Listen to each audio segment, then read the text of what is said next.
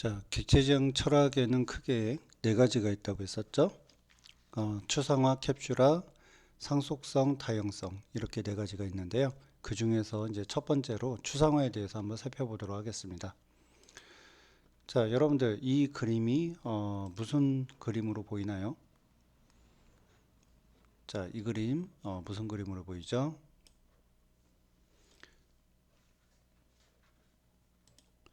자, 이 그림은 저희 집 그 막둥이가 어, 한 4살 때였나?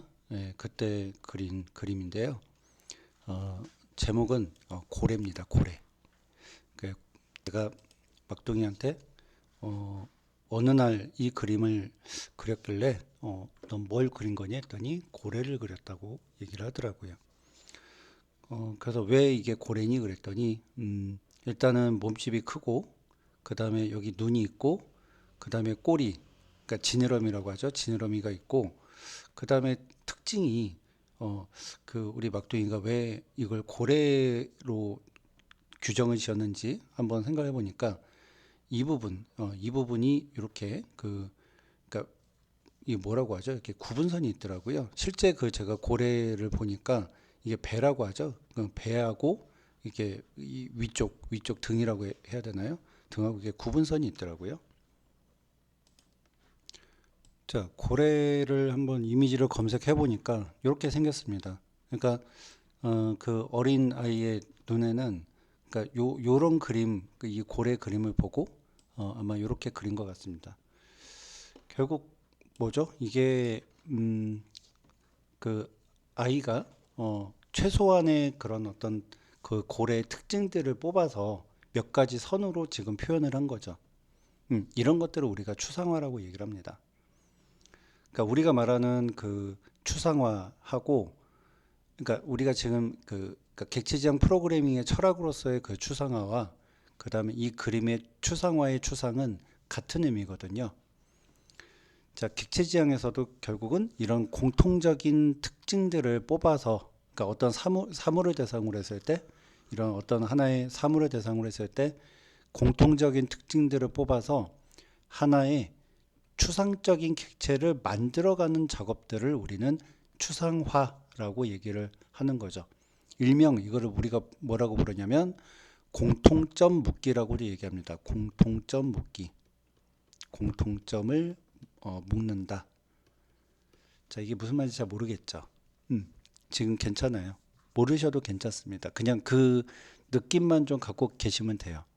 지금 우리가 뭐 코드를 본 것도 아니고 어, 그러니까 지금 목적은 여러분들에게 추상화의 느낌이 뭐다라는 것만 제가 좀 알려드리고 싶은 겁니다.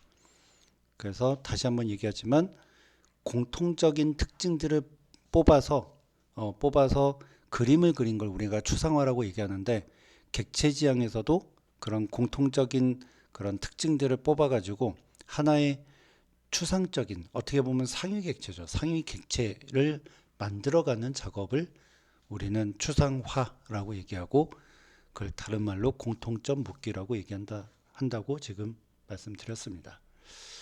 음, 그래서 우리가 제가 조금 비약을 하자면 객체 지향스러운 코드로 만들어 가려면 그 여러분들이 앞으로는 코드를 공통점 묶기만 잘 하셔도 객체 지향스러운 코드로 만들어질 수가 있습니다. 자, 이해가 안 가죠? 예, 괜찮습니다. 자, 그러면 우리 본격적으로 추상화에 대한 얘기를 좀 해보도록 하겠습니다.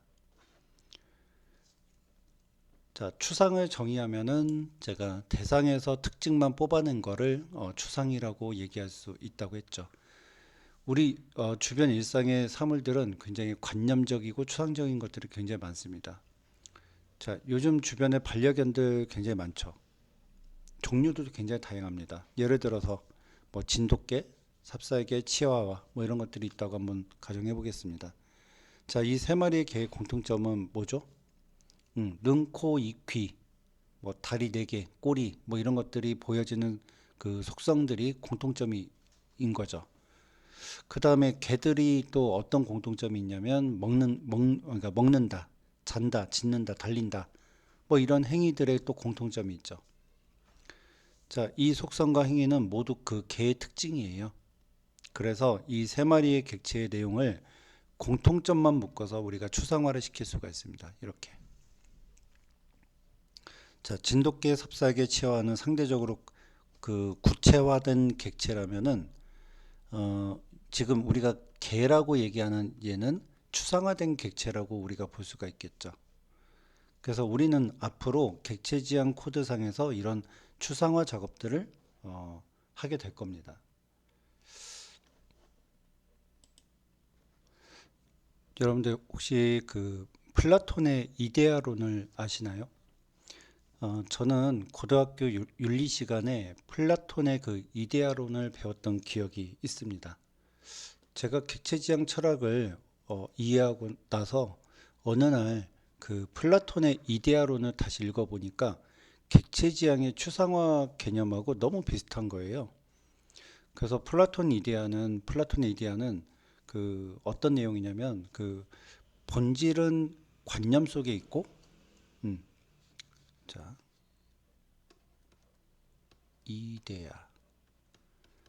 자, 이데아는 그 그냥 제가 요약을 해드리면 얘는 본질은 관념, 본질은 관념 속에 있고 그리고 우리가 보는 것은 그 이 본질에 투영된 여러 가지 현상이라고 얘기를 합니다. 그래서 자, 그 본질과 현상, 자 이렇게 두 가지로 플라톤은 그 존재한다라고 얘기를 합니다. 자, 한마디로 우리가 현실에서 보는 그 우리 눈에 보이는 그 사물들은 음, 우리의 관념 속에 즉 그러니까 이성으로 투영된 현상이라고 얘기를 합니다. 그래서 어, 제가 가정을 한번 해보면 플라톤이 만약 제자들하고 대화를 나눴다면 뭐 이런 대화를 나누지 않았을까 한번 가상으로 한번 생각을 해봤습니다. 뭐 예를 들어서 플라톤이 제자들에게 너희들 개 본 적 있니? 라고 이제 물어본단 말이죠. 그러면 자, 여러분들이 제자라고 한번 생각해 보세요. 여러분들 개 본 적 있습니까? 개 본 적 있나요? 그럼 개 본 적 있다고 얘기를 할 겁니다. 저도 그렇게 얘기했을 것 같아요. 자, 근데 잘 생각해 보시면은 플라톤은 어, 여러분들에게 그 뭐 진돗개를 봤니? 삽살개를 봤니? 뭐 치아와를 봤니라고 물어본 게 아니라 그냥 그 개를 봤냐라고 물어본 거거든요. 음? 그래서 그 무슨 그러니까 어떤 개를 본 적 있냐라고 물어본 게 아니라 그냥 개를 본 적 있냐고 물어본 거죠. 그러면 결국 플라톤의 그 이데아론에 의거하면 우리는 개를 본 적이 있다고 대답하는 게 맞나요? 아니죠. 우리는 본 적이 없는 게 플라톤의 이데아론에서는 맞는 거예요. 왜냐하면 얘는 구체적이지가 않잖아요. 여러분들 예를 들면 또 뭐가 있을까? 그 사물 중에 뭐 꽃이라는 게 있다. 가정해 볼게요.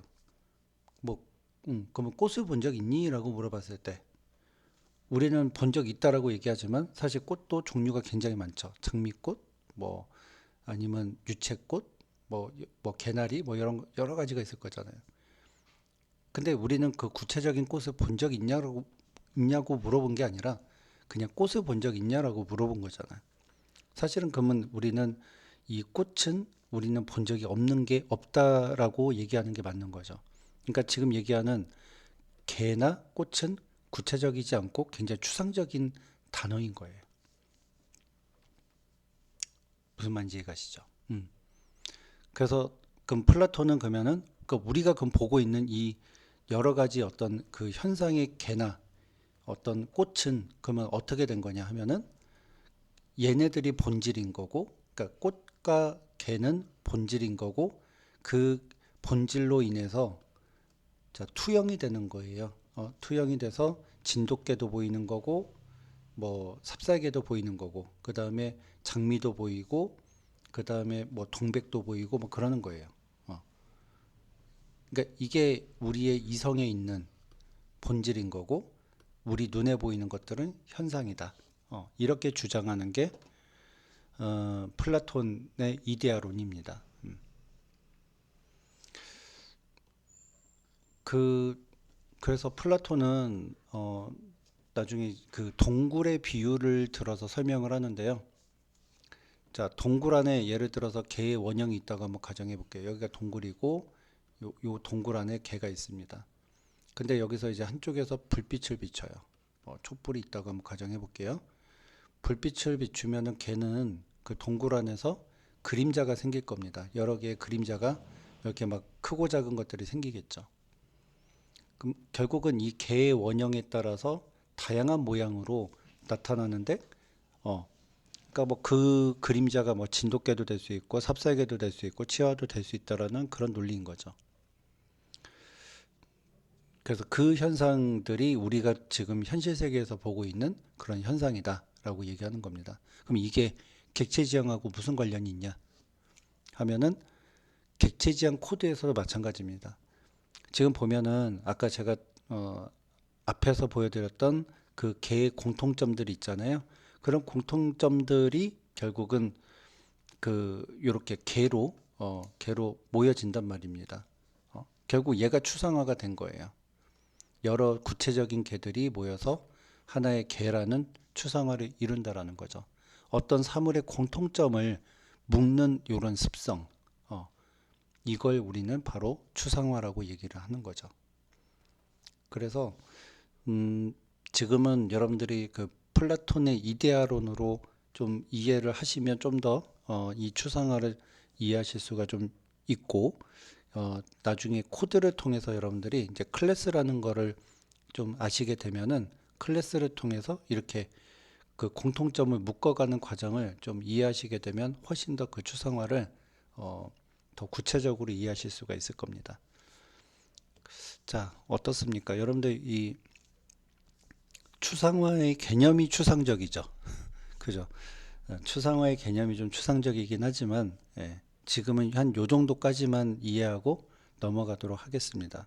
이거는 이제 여러분들이 직접 코드를 보지 않는 이상 제가 여기서 계속 뭐 추상화가 뭐다 이렇게 계속 떠들어 봐야 뜬구름 잡는 얘기일 수 있을 것 같아요. 그래서 이거는 이제 우리가 요 정도까지만 그 느낌을 가지고 이제 나중에 코드를 통해서 한번 좀 더 구체적으로 이해해 보도록 하겠습니다.